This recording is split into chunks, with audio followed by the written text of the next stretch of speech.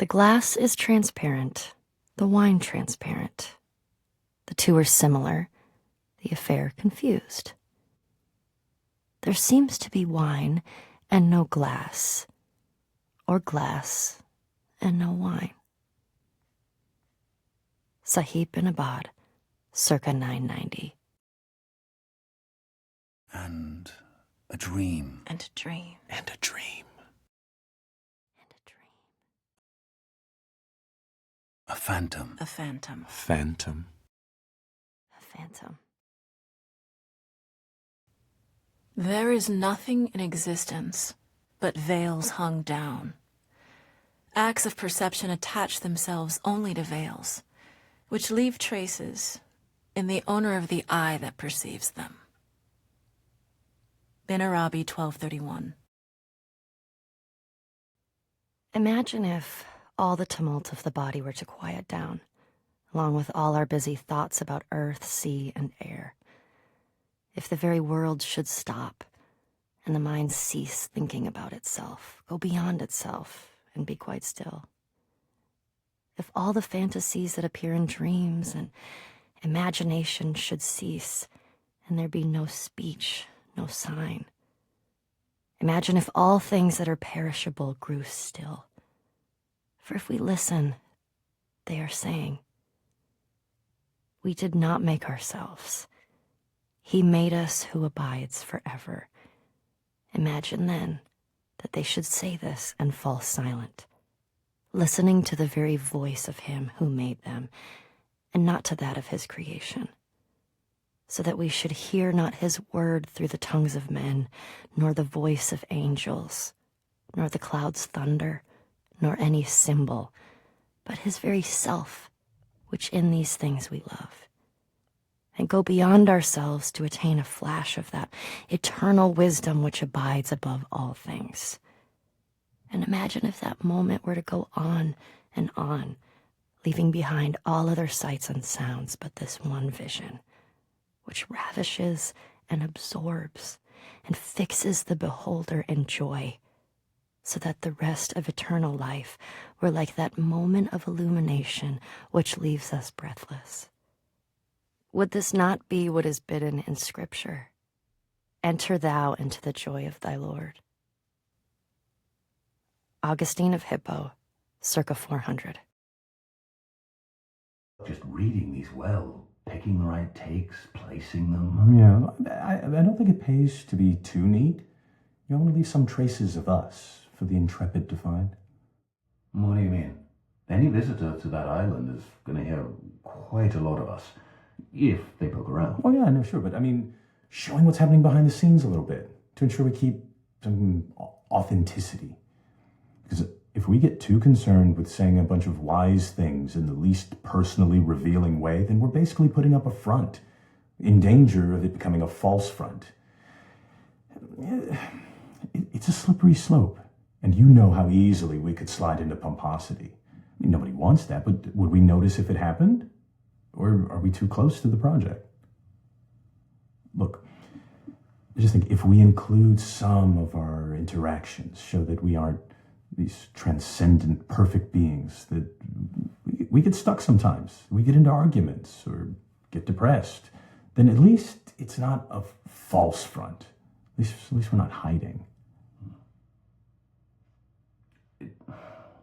Authenticity is good, yes, but you can find human drama anywhere.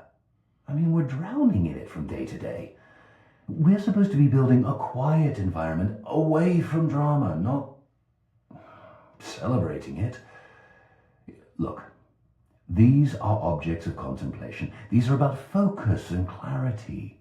We agreed at the outset. Yeah, I know. And I don't want to change any of that. Just a little added twist, tucked away deep. It doesn't have to be drama, it's just reality.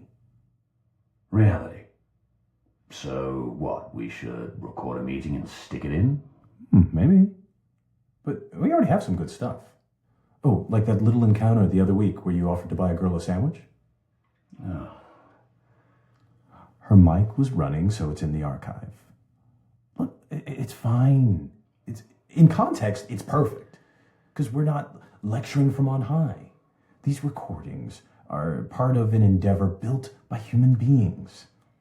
And they aspire to truth with a capital T, but we also have to remember that they cannot actually get there. We should be clear to the intrepid that we know this. I think it'll make it better. Okay, sure. We'll at least see how it feels. I mean, on that island, we are going to be in very susceptible states. So, be careful with it. Okay. Seems I get to be the pioneer of being mildly embarrassed. Mm-hmm. Oh, and also, should probably let you know, I'm recording this conversation right now.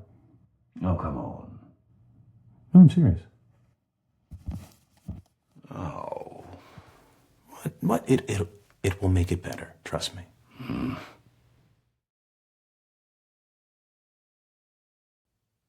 These hearts were woven of human joys and cares, washed marvelously with sorrow, swift to mirth.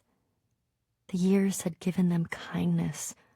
Dawn was theirs, and sunset, and the colors of the earth.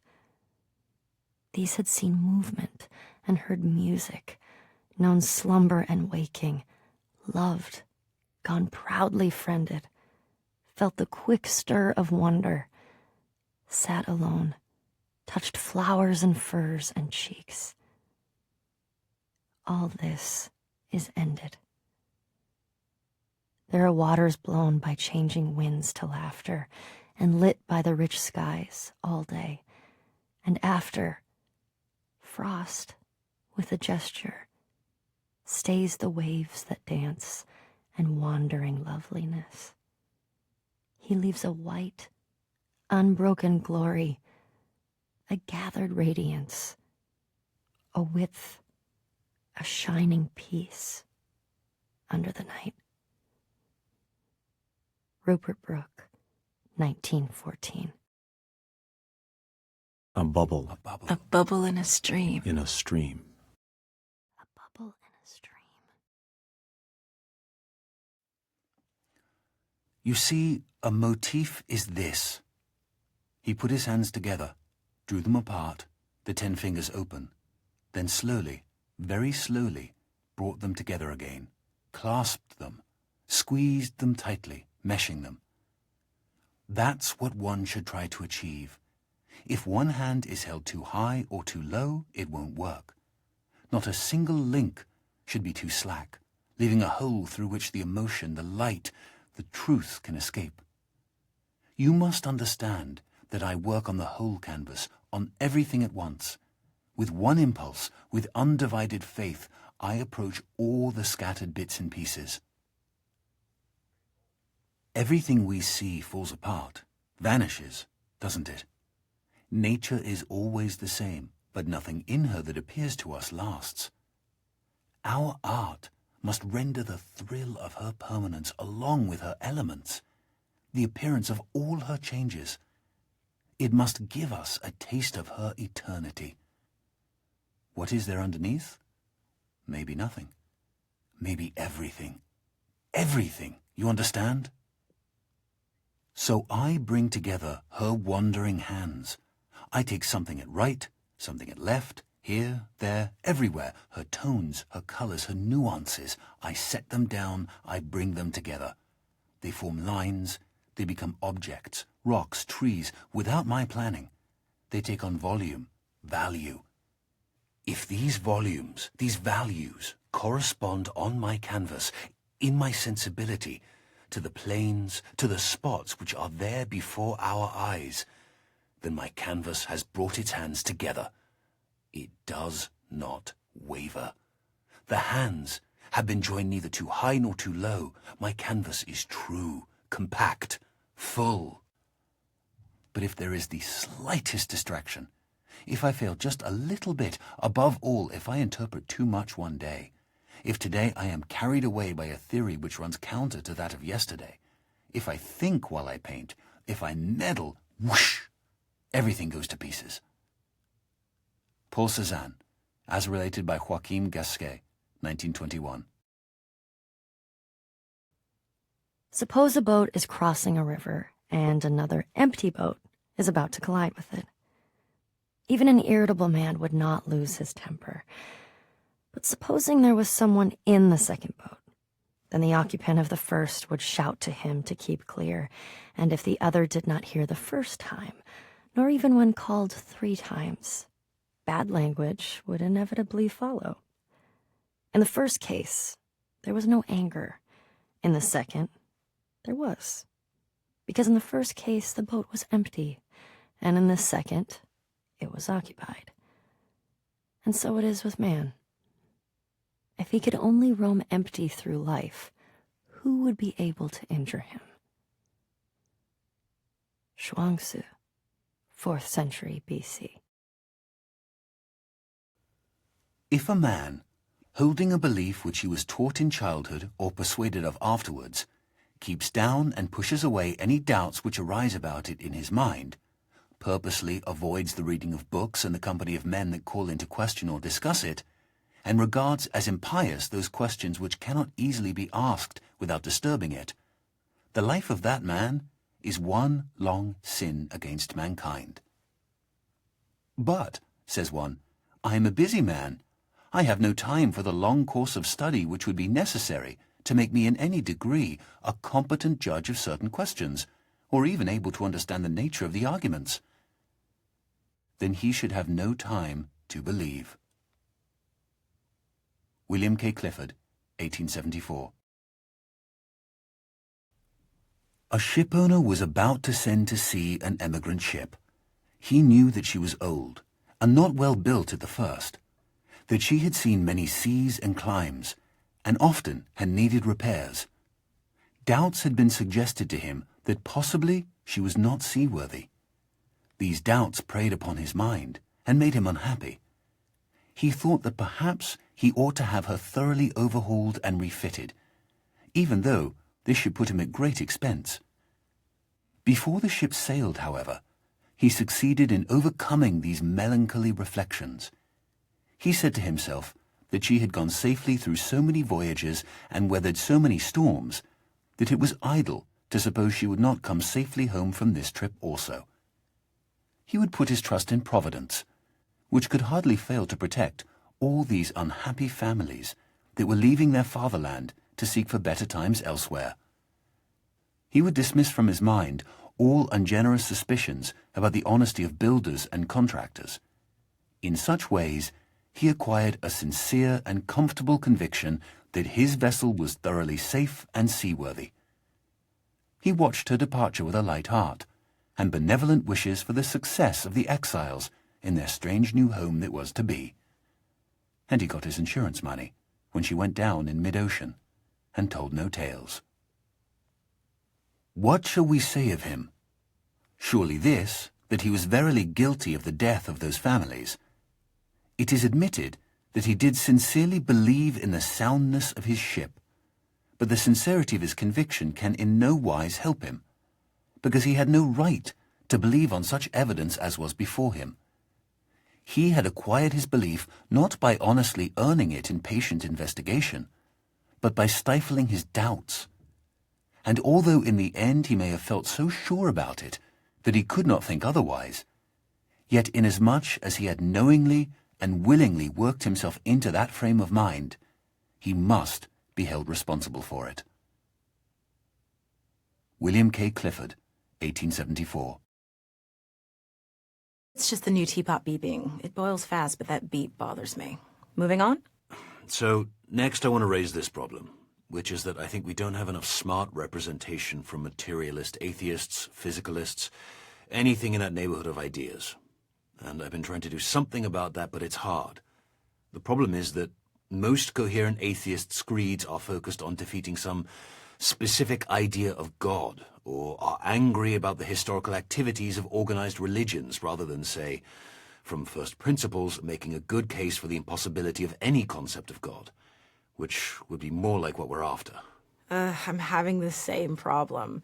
So many justifications of atheism devolve into assertions of the implausibility of Bible stories. Someone like Bertrand Russell, a very advanced thinker, but his commentary on religion all seems to be like Why I Am Not a Christian. Very limited in scope. It is way too small compared to the vision of God and the pieces we're juxtaposing. Can you repeat that last part? You kind of just dropped out a little bit. Oh, just that it's a very provincial idea of God that's usually advanced in those arguments. Sometimes even a straw man God. And it doesn't have much in common with the God visualized by Cusa or Spinoza or the great Sufis or even Einstein, whoever. So it just doesn't play on the same field. When people are explicitly pushing materialism, they're usually philosophers or writers, not physicists, not people who actually do the frontline work of understanding the physical world. With the heavy hitters in physics, it's very hard. It's hard to find good statements that aren't just arguing against strawmen. And it's strange because in the modern age, a reasonable portion of working physicists are atheists. Not all by any means, but a reasonable portion. But it's hard to get strong and articulate statements from that sector. Yeah. I mean, the closest you get is somebody like Feynman, where science gives us a great degree of certainty about certain things, but outside those, it's not a good idea to tell ourselves nice stories and speculate. It's just best to realize we don't know yet about the bigger questions, etc. But we have a lot of Feynman already. Ooh, Paul Dirac was at least a staunch atheist at one point in his life, but I don't know if he has direct statements on record. I'll keep an eye out. Dirac was far from a materialist, though. He believed the universe is made out of math. That's an oversimplification, of course. He even mentioned God a few times in an Einstein kind of way. Wow, this is all so crazy because among scientifically educated people, it's the cultural default, right? If you're a scientist or a computer programmer kind of person, atheist materialism is supposed to be the basic belief. If you're not a materialist, you're stupid. But if we can't find anyone who makes a good case for it, how does that happen?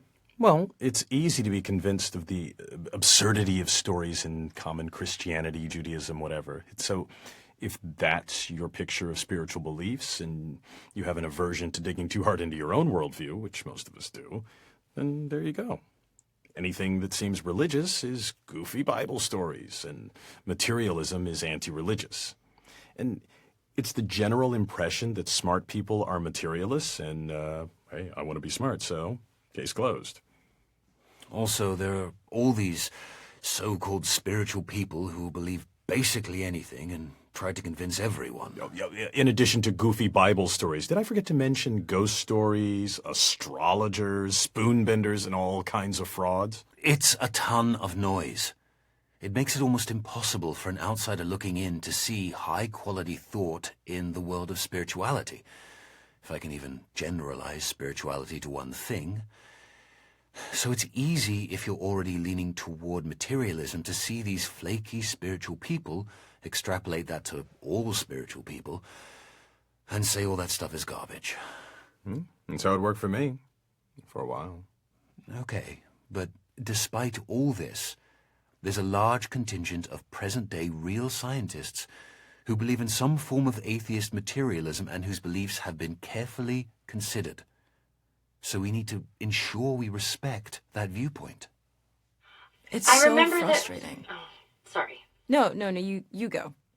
Oh, I was just going to say, Carl Sagan has a good piece in Demon Haunted World, where he talks about science as a profound source of spirituality. But he doesn't mean mystical spirituality. He means just pure dedication to truth and the development of a wise perspective on our place in the world. It's nice, and it's a picture of atheism that isn't hostile or contemptuous. Yeah, I read that, and what you're talking about is a beautiful piece, and I tried to get it, but Sagan's people want too much money. Can't we just pay more? No.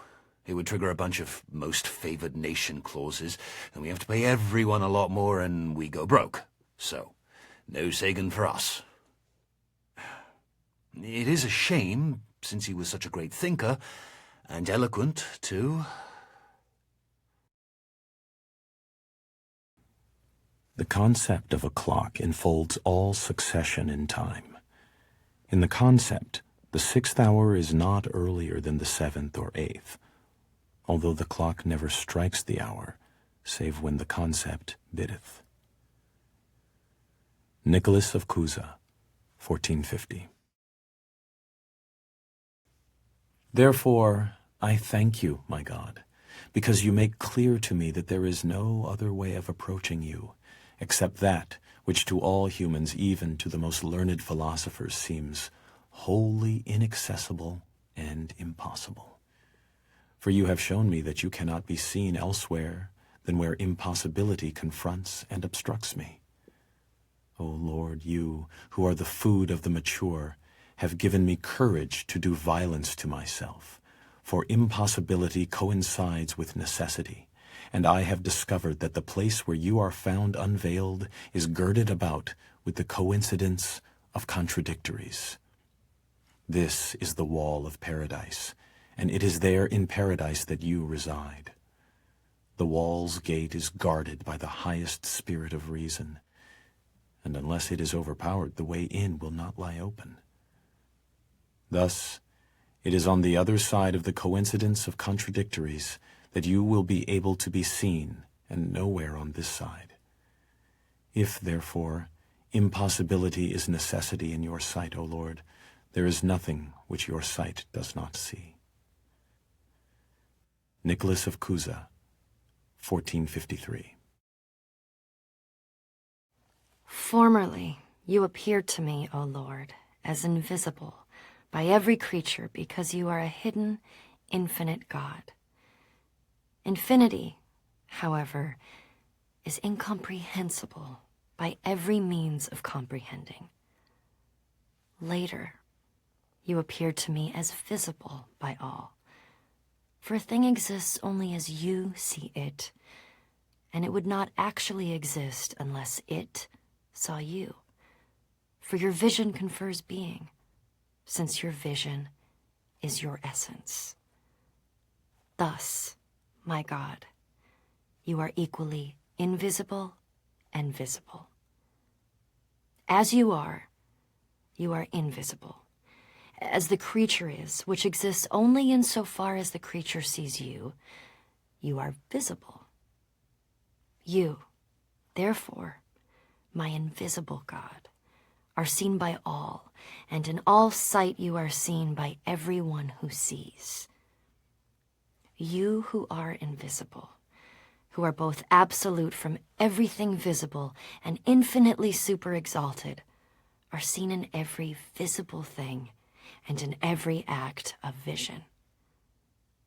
Therefore, I must leap across this wall of invisible vision to where you are to be found. But this wall is both everything and nothing. For you, who confront as if you were both all things and nothing at all, dwell inside that high wall which no natural ability can scale by its own power.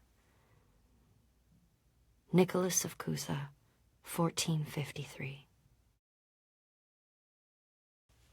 O Lord God, helper of those who seek you, I see you in the garden of paradise, and I do not know what I see, because I see nothing visible. I know this alone, that I know that I do not know what I see, and that I can never know. I do not know how to name you, because I do not know what you are. Should anyone tell me that you are named by this or that name, by the fact that one gives a name, I know that it is not your name. For the wall beyond which I see you is the limit of every mode of signification by names. Should anyone express any concept by which you could be conceived, I know that this concept is not a concept of you, for every concept finds its boundary at the wall of paradise. Should anyone express any likeness and say that you ought to be conceived according to it, I know in the same way that this is not a likeness of you. So too, if anyone, wishing to furnish the means by which you might be understood, should set forth an understanding of you, one is still far removed from you. For the highest wall separates you from all these, and secludes you from everything that can be said or thought, because you are absolute from all the things that can fall within any concept. Nicolás of Cusa, 1453. Oh, my God, how does it happen in this poor old world, that thou art so great, and yet nobody finds thee, that thou callest so loudly, and nobody hears thee, that thou art so near, and nobody feels thee, that thou givest thyself to everybody, and nobody knows thy name. Men flee from thee and say they cannot find thee. They turn their backs and say they cannot see thee. They stop their ears and say they cannot hear thee. Hans Denck, circa 1520. Through many births, I have wandered on and on, searching for, but never finding, the builder of this house. I cannot understand why we idle discussing religion. If we are honest, and scientists have to be, we must admit that religion is a jumble of false assertions with no basis in reality. The very idea of God is a product of the human imagination. It is quite understandable why primitive people, who were so much more exposed to the overpowering forces of nature than we are today, should have personified these forces in fear and trembling. But nowadays, when we understand so many natural processes, we have no need for such solutions.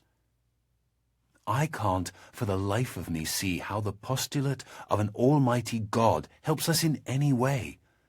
What I do see is that this assumption leads to such unproductive questions as to why God allows so much misery and injustice, the exploitation of the poor by the rich, and all the other horrors he might have prevented.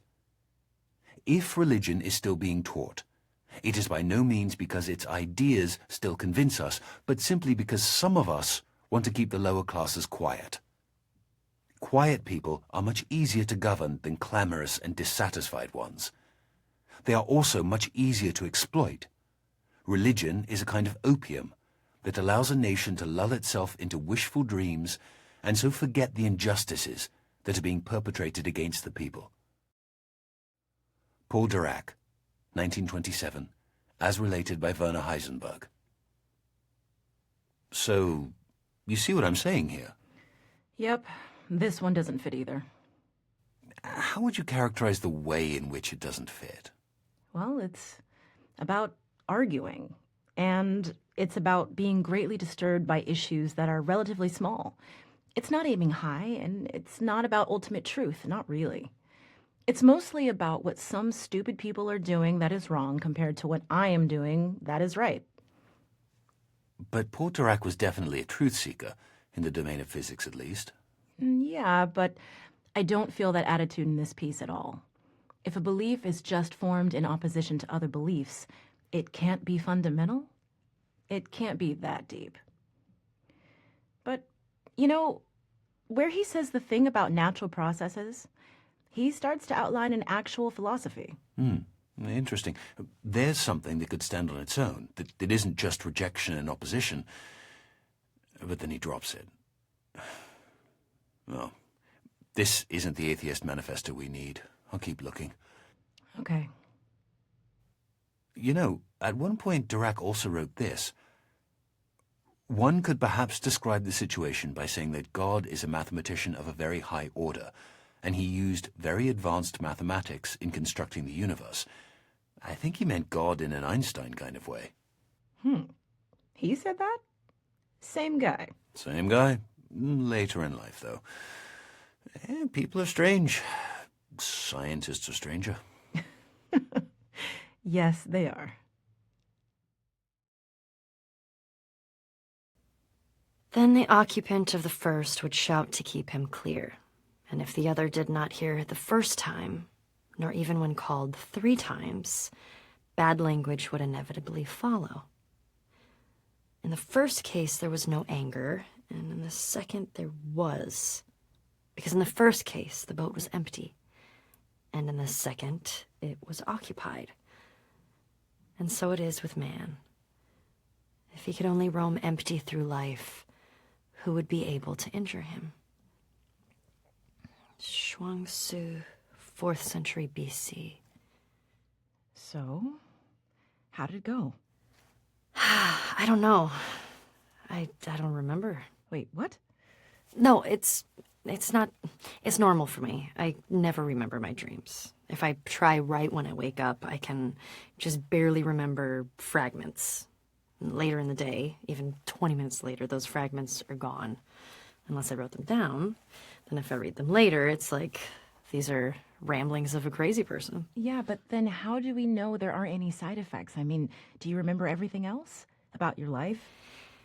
It's fine. I mean, we're just doing suppression, not lobotomies. I mean, everything is still there. In dreams, we often take on personalities that are a little different. We forget details of our waking life and remember fictions in their place. How does that happen? Well, we're just using the same pathways. That's fine. But really, how should I know if something's missing? If you forget a few random little things, how would you remember that you forgot? Nothing big is missing. I don't think. Wait, who are you again? Oh, God. Why did we let you go first? First hasn't happened yet. I was just dipping my toes into the pool. Real first happens when someone dives right in and gets to decide for themselves when to come out. Who's that gonna be? You? I long for the days when we weren't sure we'd be doing anything this scary. It'll be fine. It's not scary. It'll be fun. So fun you don't even remember? Okay, no. Shoo. I want to re-record this one before I go home. I have some new ideas about it. What? Because of the test? Yes. Because of the test. Possibly. I thought you didn't remember anything. Interesting. Yeah. Have a good night. I'll see you tomorrow.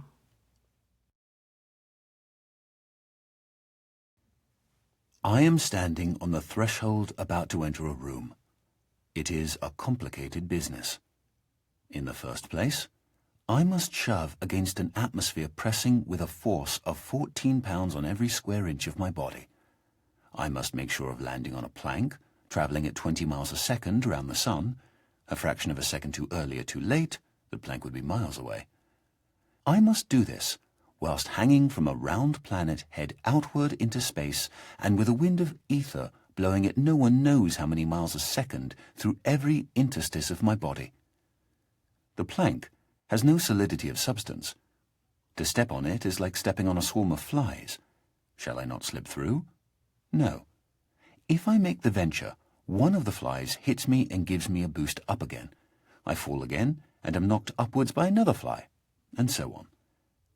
I may hope that the net result will be that I remain about steady, but if, unfortunately, I should slip through the floor or be boosted too violently up to the ceiling, the occurrence would be not a violation of the laws of nature, but a rare coincidence.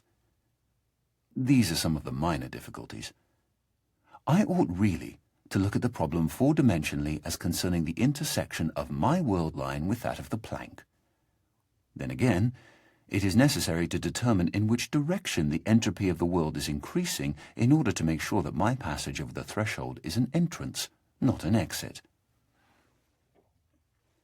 Verily, it is easier for a camel to pass through the eye of a needle than for a scientific man to pass through a door.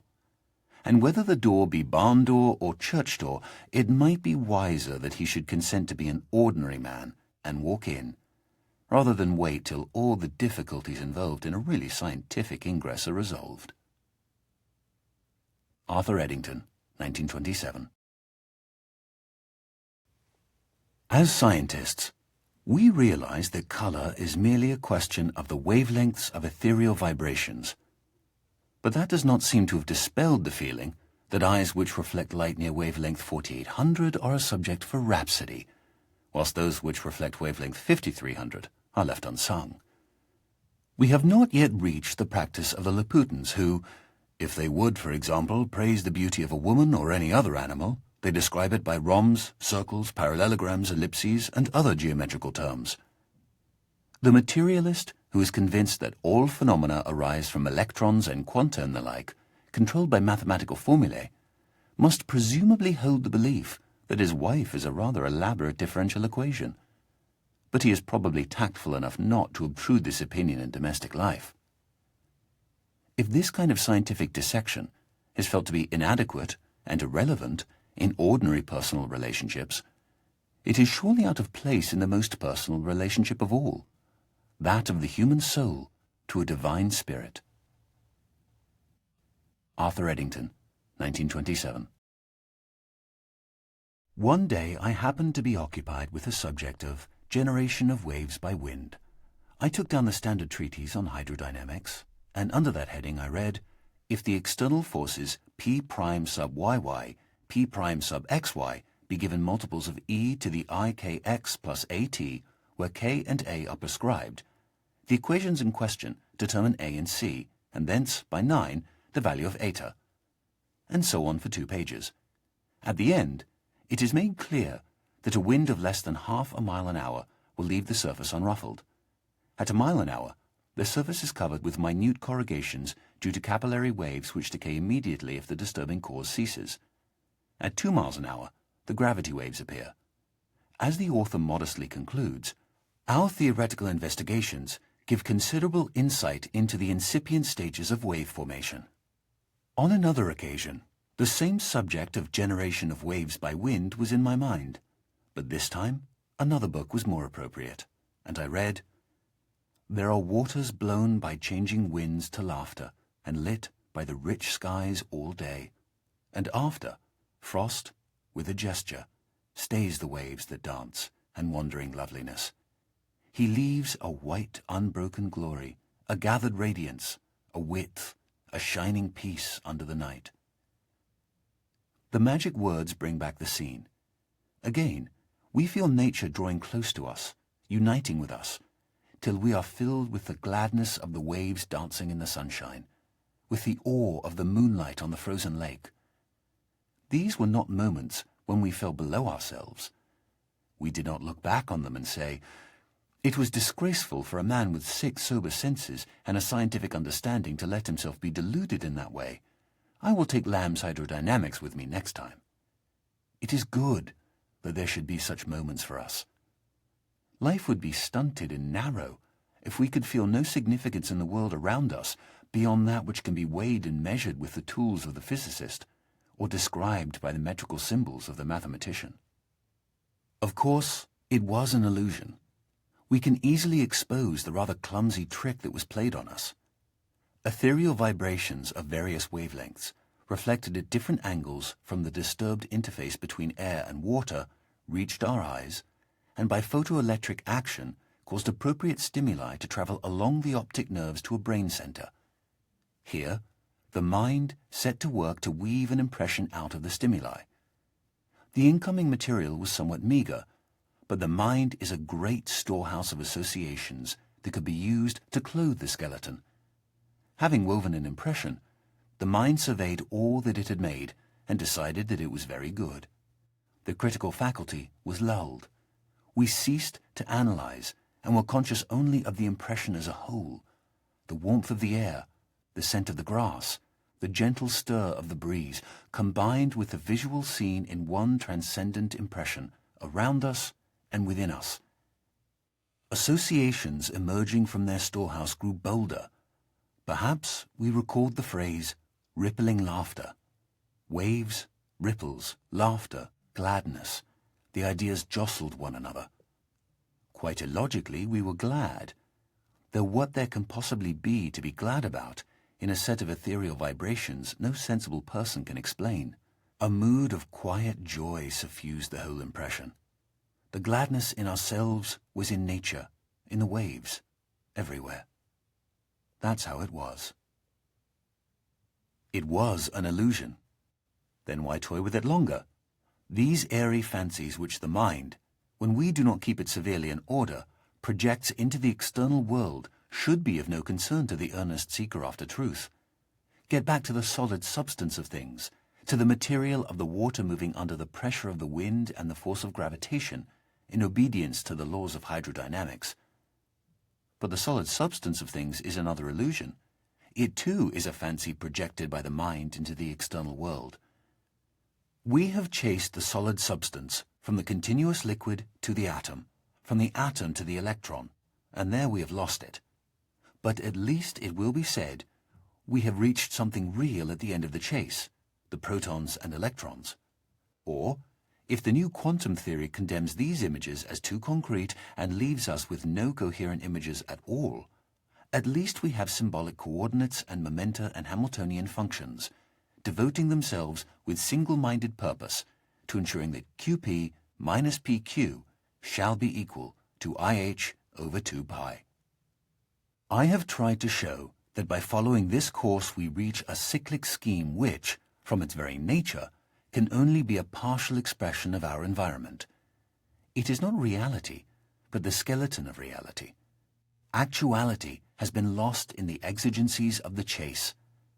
Having first rejected the mind as a worker of illusion, we have in the end to return to the mind and say, here are worlds well and truly built on a basis more secure than your fanciful illusions. But there is nothing to make any one of them an actual world. Please choose one and weave your fanciful images into it. That alone can make it actual. We have torn away the mental fancies to get at the reality beneath, only to find that the reality of that which is beneath is bound up with its potentiality of awakening these fancies. It is because the mind, the weaver of illusion, is also the only guarantor of reality, that reality is always to be sought at the base of illusion. Illusion is to reality as the smoke to the fire. I will not urge that hoary untruth, there is no smoke without fire, but it is reasonable to inquire whether, in the mystical illusions of man, there is not a reflection of an underlying reality. Arthur Eddington, 1927. We have two kinds of knowledge which I call symbolic and intimate. I do not know whether it would be correct to say that reasoning is only applicable to symbolic knowledge, but the more customary forms of reasoning have been developed for symbolic knowledge only. The intimate knowledge will not submit to codification and analysis, or rather, when we attempt to analyze it, the intimacy is lost and replaced by symbolism. For an illustration, let us consider humor. I suppose that humor can be analyzed to some extent and the essential ingredients of the different kinds of wit classified. Suppose that we are offered an alleged joke. We subject it to scientific analysis as we would a chemical salt of doubtful nature, and perhaps after careful consideration, we are able to confirm that it really and truly is a joke. Logically, I suppose, our next procedure would be to laugh. But it may certainly be predicted that as the result of this scrutiny, we shall have lost all inclination we ever had to laugh at it. It simply does not do to expose the workings of a joke. The classification concerns a symbolic knowledge of humor, which preserves all the characteristics of a joke except its laughableness. The real appreciation must come spontaneously, not introspectively. I think this is a not unfair analogy for our mystical feeling for nature, and I would venture even to apply it to our mystical experience of God. There are some to whom the sense of a divine presence irradiating the soul is one of the most obvious things of experience. In their view, a man without this sense is to be regarded as we regard a man without a sense of humor. The absence is a kind of mental deficiency. We may try to analyze the experience as we analyze humor and construct a theology, or it may be an atheistic philosophy. But let us not forget that the theology is symbolic knowledge, whereas the experience is intimate knowledge. And as laughter cannot be compelled by the scientific exposition of the structure of a joke, so a philosophic discussion of the attributes of God, or an impersonal substitute, is likely to miss the intimate response of the spirit, which is the central point of the religious experience. Arthur Eddington, 1927. I maintain that the cosmic religious feeling is the strongest and noblest motive for scientific research.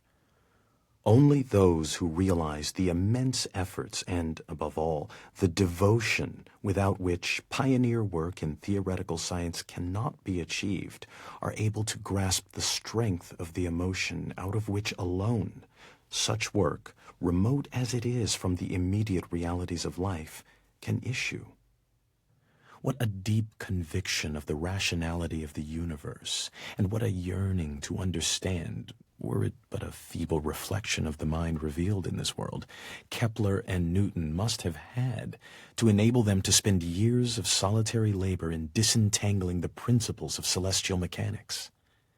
Those whose acquaintance with scientific research is derived chiefly from its practical results easily develop a completely false notion of the mentality of the men who, surrounded by a skeptical world, have shown the way to kindred spirits scattered wide through the world and through the centuries.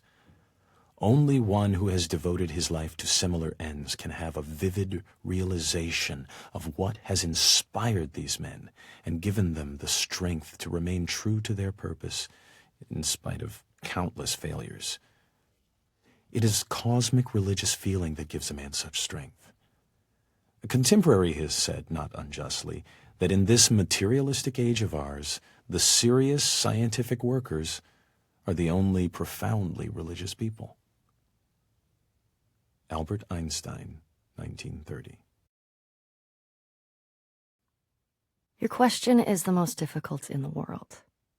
It is not a question I can answer simply with yes or no. I am not an atheist. I do not know if I can define myself as a pantheist. The problem involved is too vast for our limited minds. May I not reply with a parable? The human mind, no matter how highly trained, cannot grasp the universe. We are in the position of a little child entering a huge library filled with books in many languages. The child knows someone must have written those books.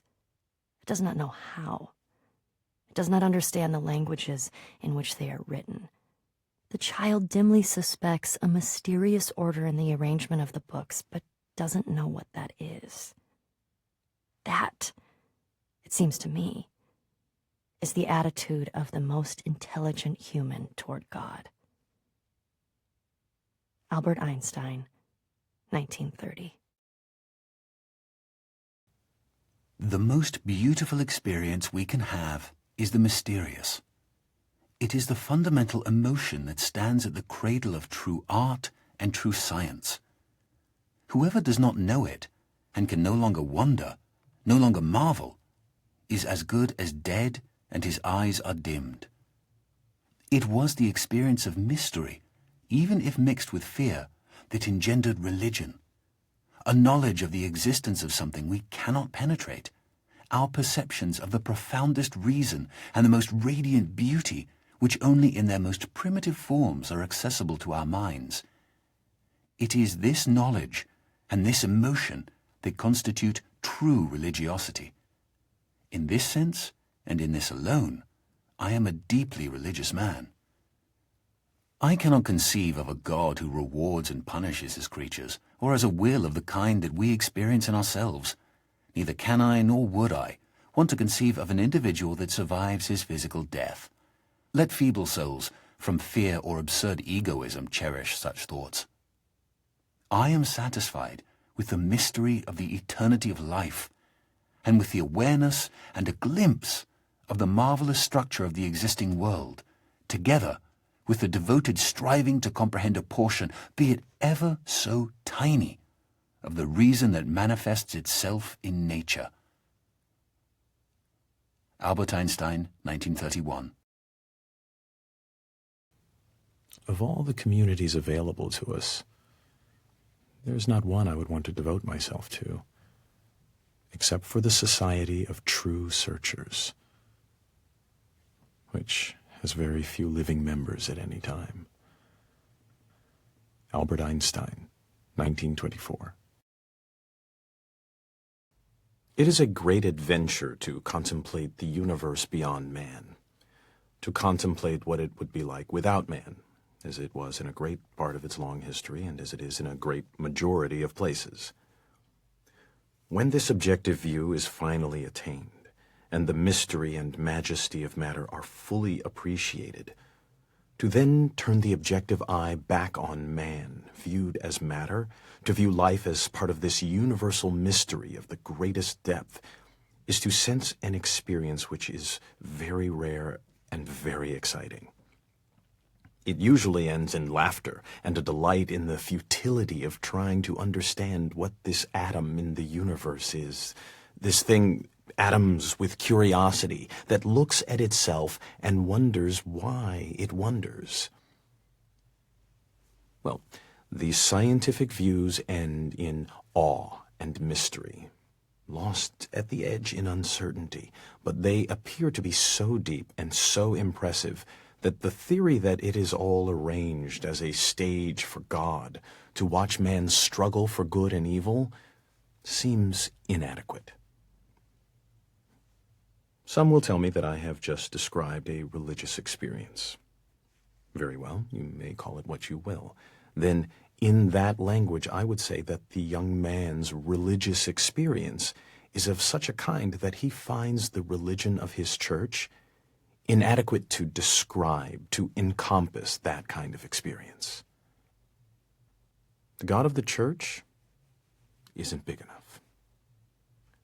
Richard Feynman, 1963. If we were not able or did not desire to look in any new direction, if we did not have a doubt or recognize ignorance, we would not get any new ideas. There would be nothing worth checking because we would know what is true. So what we call scientific knowledge today is a body of statements of varying degrees of certainty. Some of them are most unsure, some of them are nearly sure, but none is absolutely certain. Scientists are used to this. We know that it is consistent to be able to live and not know. Some people say, how can you live without knowing? I do not know what they mean. I always live without knowing. That is easy. How you get to know is what I want to know.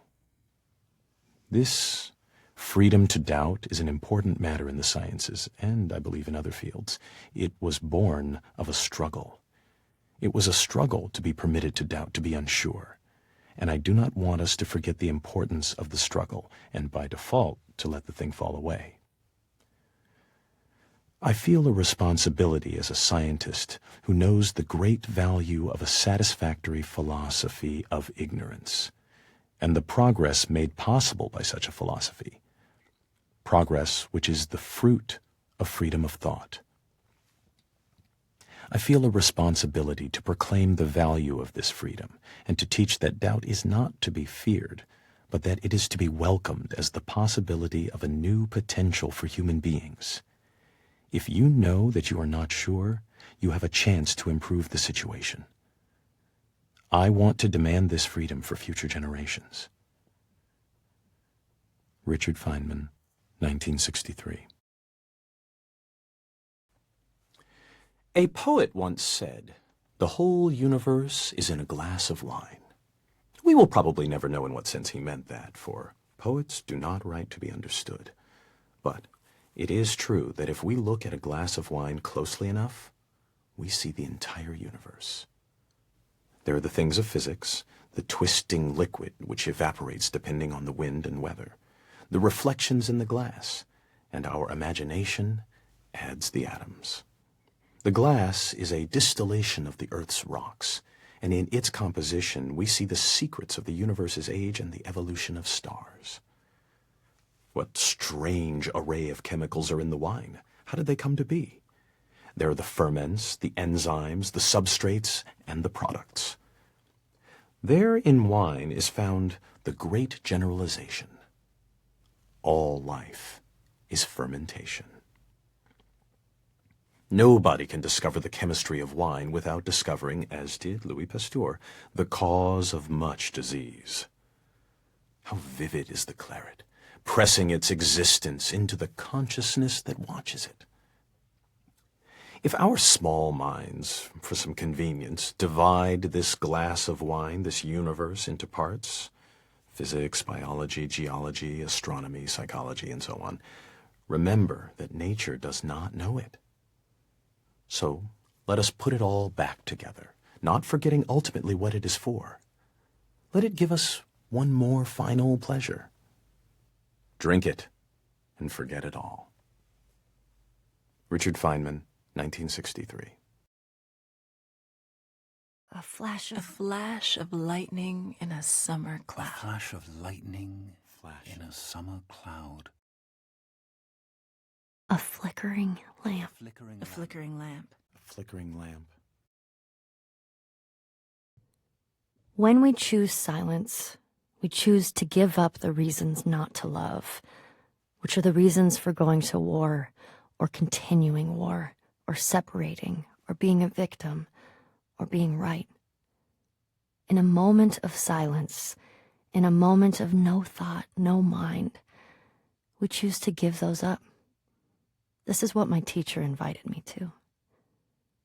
Just choose silence. Don't even choose love.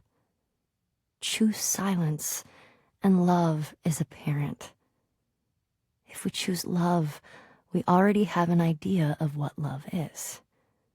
But if you choose silence, that is the end of ideas. You are willing to have no idea, to see what is present when there is no idea, past, present, future. No idea of love, no idea of truth, no idea of you, no idea of me. Love is apparent. Gangaji, 2009. The physicist Wolfgang Pauli once spoke of two limiting conceptions, both of which have been extraordinarily fruitful in the history of human thought, although no genuine reality corresponds to them. At one extreme is the idea of an objective world, pursuing its regular course in space and time independently of any kind of observing subject. This has been the guiding image of modern science. At the other extreme is the idea of a subject, mystically experiencing the unity of the world and no longer confronted by an object or by any objective world. This has been the guiding image of Asian mysticism. Our thinking moves somewhere in the middle, between these two limiting conceptions. We should maintain the tension resulting from these two opposites. Werner Heisenberg, 1974.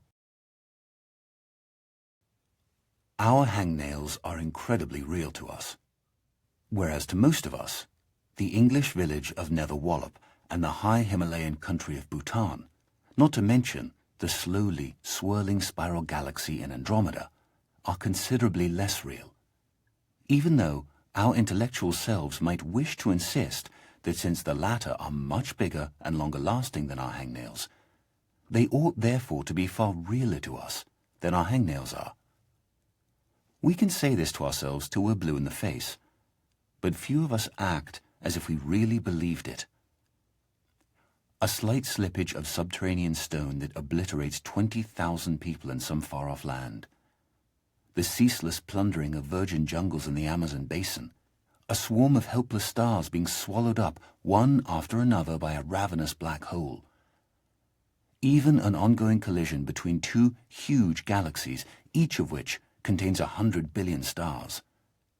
Such colossal events are so abstract to someone like me that they can't even touch the sense of urgency and importance, and thus the reality, of some measly little hangnail on my left hand's pinky.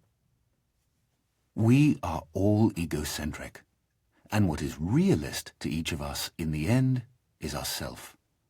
The realest things of all are my knee, my nose, my anger, my hunger, my toothache, my sideache, my sadness, my joy, my love for math, my abstraction ceiling, and so forth.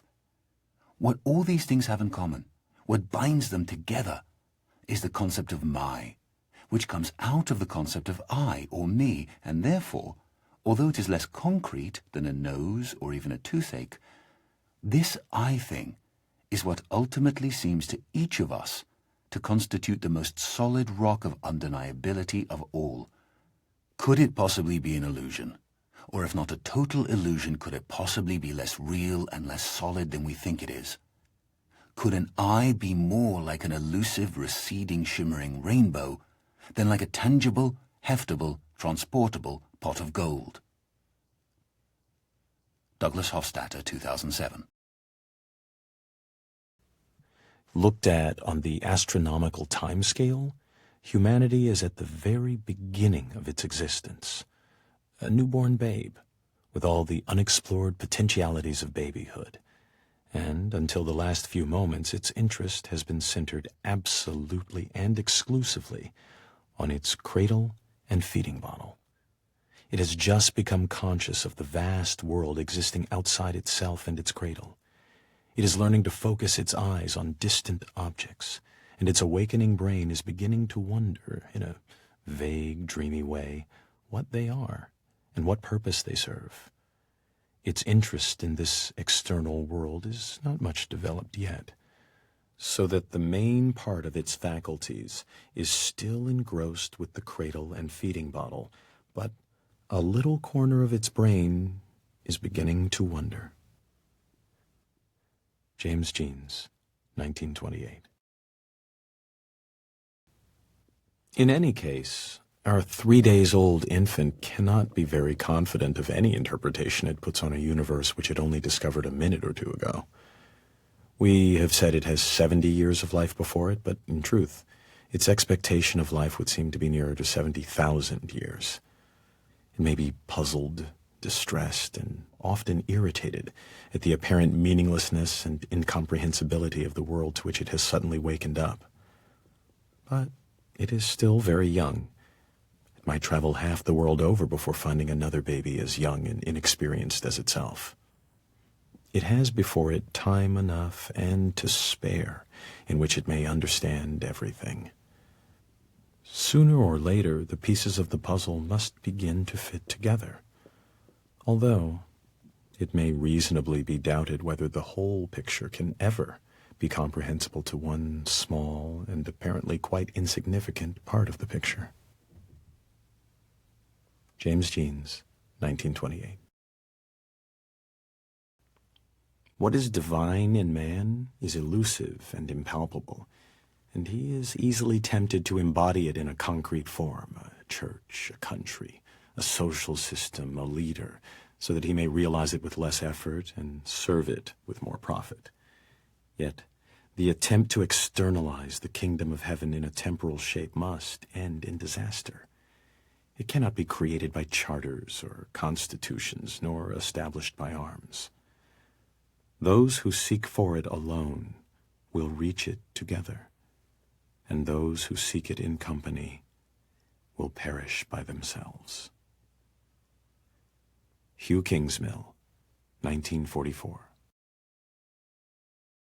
The concept of a clock enfolds all succession in time. In the concept, the 6th hour is not earlier than the 7th or 8th, although the clock never strikes the hour, save when the concept biddeth. Nicolás de Cusa, 1450. That's mine, you know. Yeah. Well, I have some ideas about it, and I just wanted to give it a try. See how it goes? Next thing I know, you'll be taking over all the Cusa pieces. What kind of ideas? I don't know.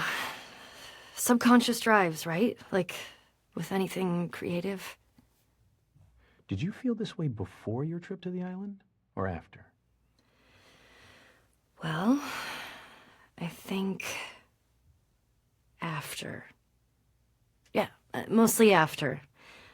I had a seed of it before, even back when I first heard the piece, when you first picked it out. But I didn't really notice then. Now it's like The Princess and the Pea. I don't mean to be stepping on your toes, though. Really, the drive is personal. I wanted to record this one so I can hear it the way I want to hear it, just to set something right for myself. Okay. I'm going to file this into the category of good problems to have. Your attitude to the piece changed or clarified, I guess, maybe based on the trip. Hey, that means it's working. I mean, something's working, right? Maybe. Back when we started, I would have counted us lucky to ever get this far. But here we are. Here we are. Record away, and I will take my leave, thanking you for this opportunity to introspect on my aversive feelings. You're welcome. We join spokes together in a wheel, but it is the center whole that makes the wagon move. We shape clay into a pot, but it is the emptiness inside that holds whatever we want. We hammer wood for a house, but it is the inner space that makes it livable. We work with being, but non-being is what we use. Lao Tzu, 6th century BC. God bade me behold the sea, and I saw the ships sinking and the planks floating. Then the planks too were submerged. And God said to me, those who voyage are not saved. And he said to me, those who, instead of voyaging, cast themselves into the sea, take a risk. And he said to me, those who voyage and take no risk shall perish. And he said to me, in taking the risk, there is a part of salvation. And the wave came and lifted those beneath it and overran the shore. And he said to me, the surface of the sea is a gleam that cannot be reached, and the bottom is a darkness impenetrable. And between the two are great fishes, which are to be feared. Niffari, circa 970.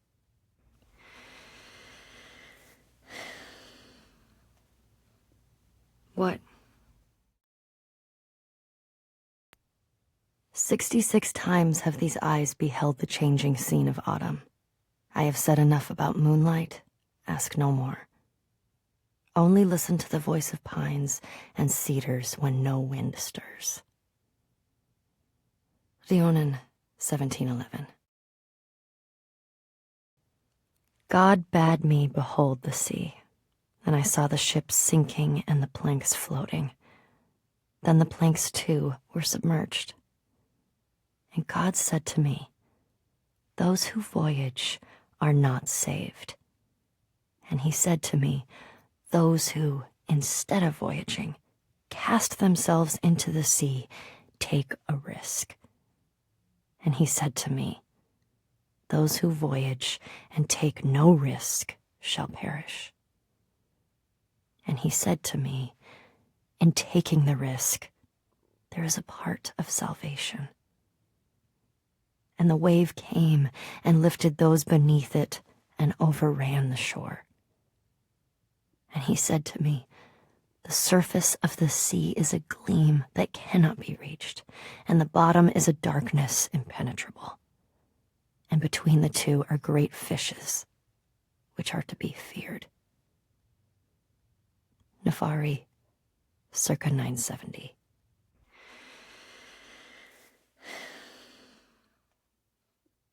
What? I'm going to the store. Do you want a sandwich or something? You've been standing there for like an hour. I didn't want to interrupt. And I don't like sandwiches. Have you ever seen me with a sandwich? Why would you think I want a sandwich? Sorry. No, I need some sleep. It's okay.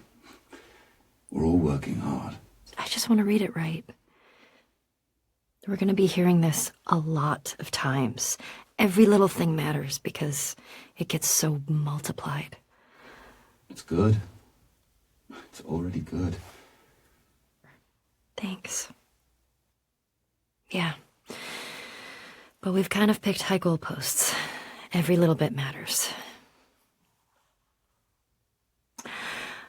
Oh, can you get me a coffee?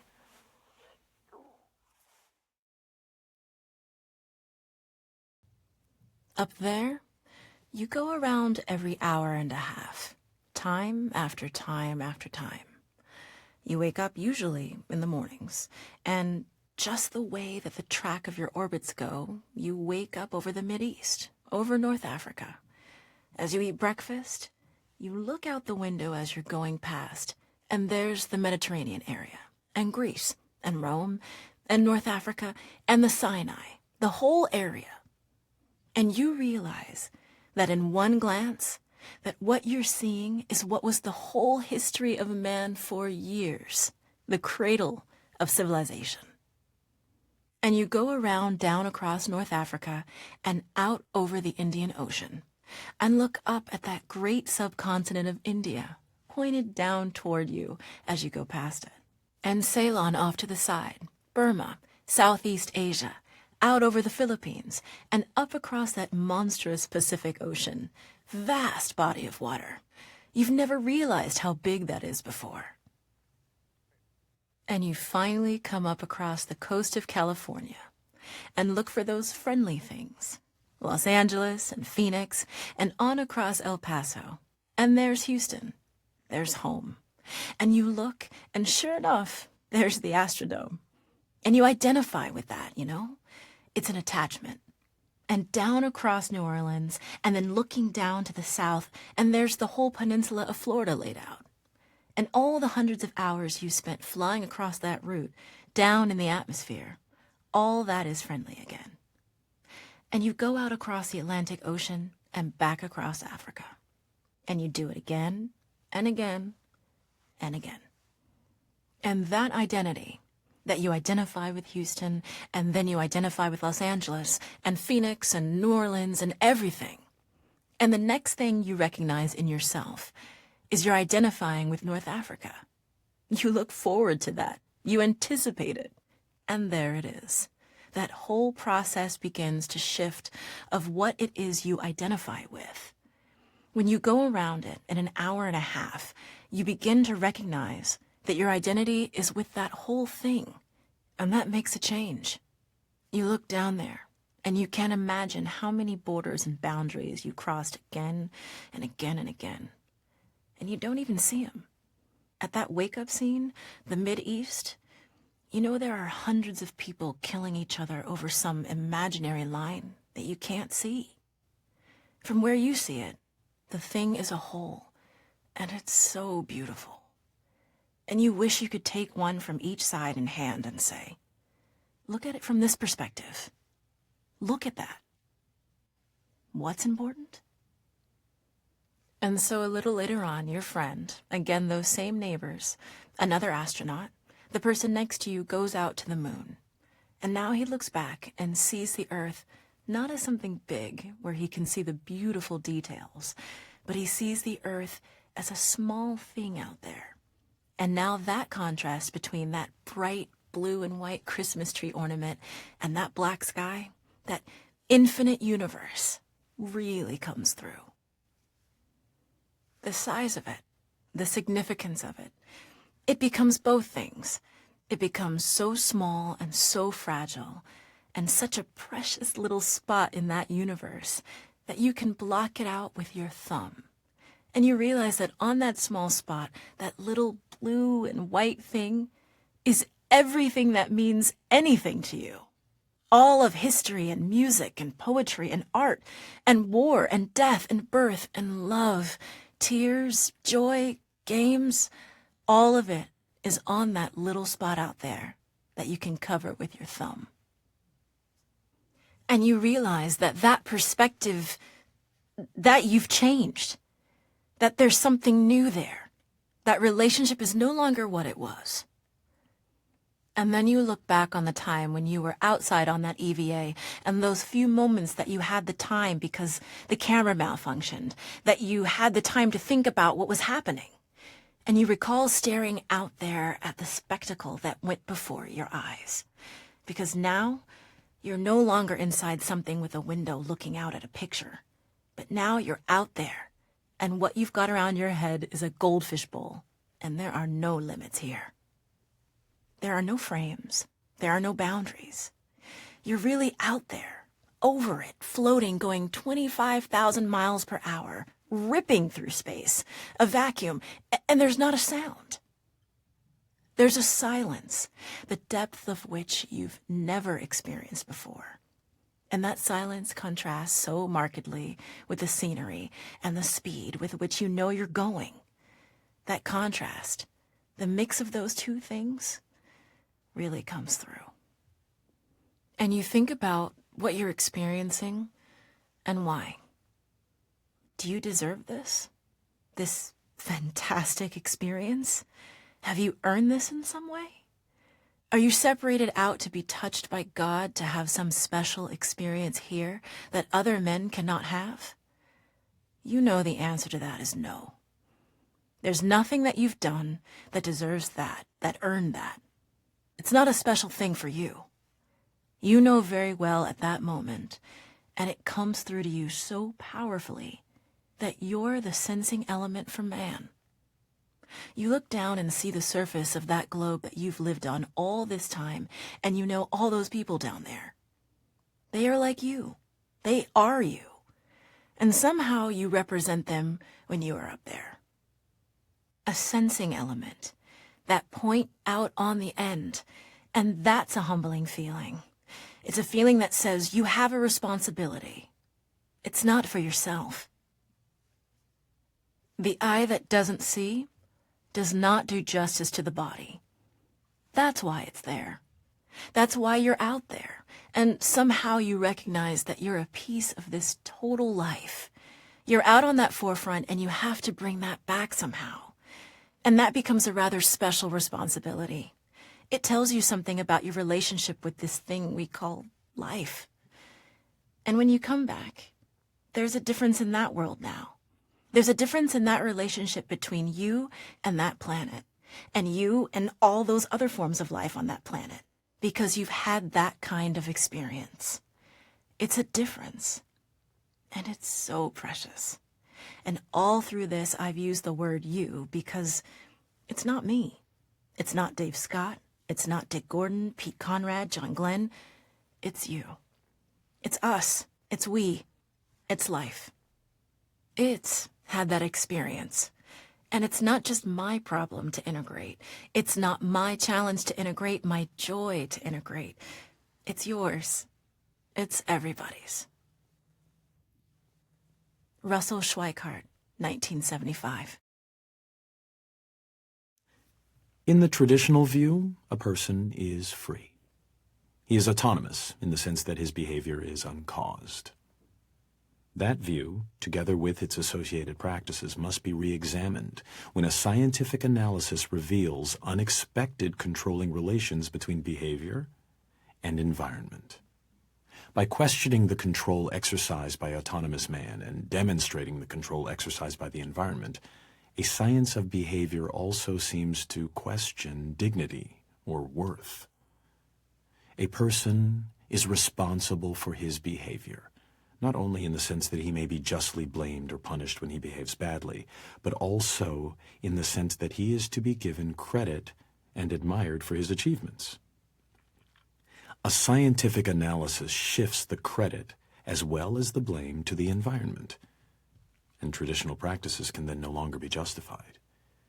These are sweeping changes, and those who are committed to traditional theories and practices naturally resist them.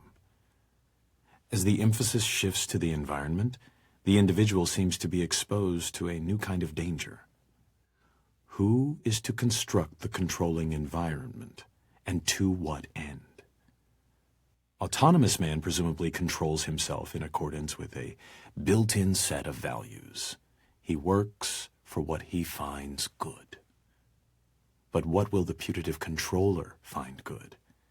And will it be good for those he controls? Answers to questions of this sort are said, of course, to call for value judgments. B.F. Skinner, 1971. The relation between the controller and the controlled is reciprocal. The scientist in the laboratory studying the behavior of a pigeon designs contingencies and observes their effects. His apparatus exerts a conspicuous control on the pigeon, but we must not overlook the control exerted by the pigeon. The behavior of the pigeon has determined the design of the apparatus and the procedures in which it is used. Some such reciprocal control is characteristic of all science.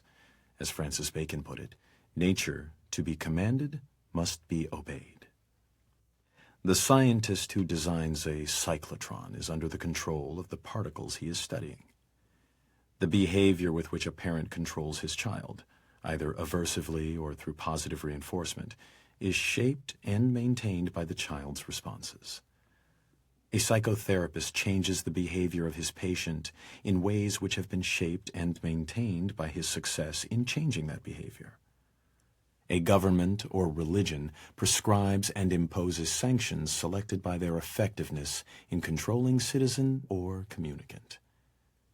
An employer induces his employees to work industriously and carefully with wage systems determined by their effects on behavior. The classroom practices of the teacher are shaped and maintained by the effects on his students. In a very real sense, then, the slave controls the slave driver, the child, the parent, the patient, the therapist, the citizen, the government, the communicant, the priest, the employee, the employer, and the student, the teacher. B.F. Skinner, 1971. I boasted among men that I had known you. They see your pictures in all works of mine. They come and ask me, who is he? I know not how to answer them. I say, indeed, I cannot tell. They blame me, and they go away in scorn. And you sit there, smiling. I put my tales of you into lasting songs. The secret gushes out from my heart. They come and ask me, tell me all your meanings. I know not how to answer them. I say, who knows what they mean? They smile and go away in utter scorn. And you sit there smiling. Rabindranath Tagore, 1910. Ever in my life have I sought thee with my songs. It was they who led me from door to door, and with them I have felt about me, searching and touching my world. It was my songs that taught me all the lessons I ever learned. They showed me secret paths. They brought before my sight many a star on the horizon of my heart. They guided me all the day long to the mysteries of the country of pleasure and pain. And at last, to what palace gate have they brought me in the evening at the end of my journey? I thought my voyage had come to its end, at the last limit of my power, that the path before me was closed, the provisions exhausted, and the time come to take shelter in silent obscurity. But I find that thy will knows no end in me, and when words die out on the tongue, new melodies break forth from the heart, and where old tracks are lost, new country is revealed with its wonders. One nature, perfect and pervading, circulates in all natures, One reality, all-comprehensive, contains within itself all realities. The one moon reflects itself wherever there is a sheet of water, and all the moons in the waters are embraced within the one moon. The absolute of all the Buddhas enters into my own being, and my own being is found in union with theirs. The inner light is beyond praise and blame. Like space, it knows no boundaries. Yet it is even here, within us, ever retaining its serenity and fullness. It is only when you hunt for it that you lose it. You cannot take hold of it, but equally you cannot get rid of it. And while you can do neither, it goes on, its own way. You remain silent, and it speaks. You speak, and it is done. The great gate of charity is wide open, with no obstacles before it. Yung-chia Ta-shih, circa 700. Lustily, I dipped my oars into the silent lake, and as I rose upon the stroke, my boat went heaving through the water like a swan. When, from behind that craggy steep, till then the horizon's bound, a huge peak, black and huge, as if with voluntary power instinct, upreared its head. I struck and struck again, and growing still in stature, the grim shape towered up between me and the stars. But after I had seen that spectacle, for many days my brain worked with a dim and undetermined sense of unknown modes of being. Over my thoughts, there hung a darkness. Call it solitude or blank desertion. William Wordsworth, 1888. Two major schools of Zen exist in Japan, the Rinzai and the Soto. Both have the same goal of seeing the world unmediated, but their approaches are different. In the Soto school, the emphasis is on quiet contemplation in a seated position without a particular focus for thought. The method in the Rinzai school, however, is to put the intellect to work on problems that have no logical resolution. Such problems are known as koans, from the Chinese kengan, meaning public announcement. Some are mere questions. For example, when your mind is not dwelling on the dualism of good and evil, what is your original face before you were born? Others are set in a question and answer form, like, what is the Buddha? Answer, 3 pounds of flax, or the cypress tree in the courtyard, to name but two of the classic responses. According to tradition, there are 1,700 such conundrums in the Zen repertoire, and their common aim is to induce a kind of intellectual catastrophe, a sudden jump which lifts the individual out of the domain of words and reason into a direct, non-mediated experience known as satori. Zen differs from other meditative forms, including other schools of Buddhism, in that it does not start from where we are and gradually lead us to a clear view of the true way of the world. It is not a progressive system in this respect. The sole purpose of studying Zen is to have Zen experiences, sudden moments, like flashes of lightning, when the intellect is short-circuited and there is no longer a barrier between the experiencer and reality. David Darling, 1996. In a sense, what modern physics is to the history of Western thought, Zen is to the development of the Eastern worldview, the ultimate refinement of more than 2,000 years of incisive debate, discussion, and critical development. Yet the difference between the two could hardly be more marked. Whereas physics is interested above all in theories, concepts, and formulas, Zen values only the concrete and the simple. Zen wants facts, not in the Western sense of things that are measurable and numerical, which are in fact abstractions, but as living, immediate, and tangible. Its approach to understanding is not to theorize, because it recognizes that previously accumulated ideas and knowledge, in other words, memories of all kinds, block the direct perception of reality. Therefore, Zen adopts an unusual approach. Its buildup involves language, which is unavoidable. Any method, even if it turns out to be an anti-method, has first to convey some background in order to be effective. But the way Zen uses language is always to point beyond language, beyond concepts to the concrete. David Darling, 1996.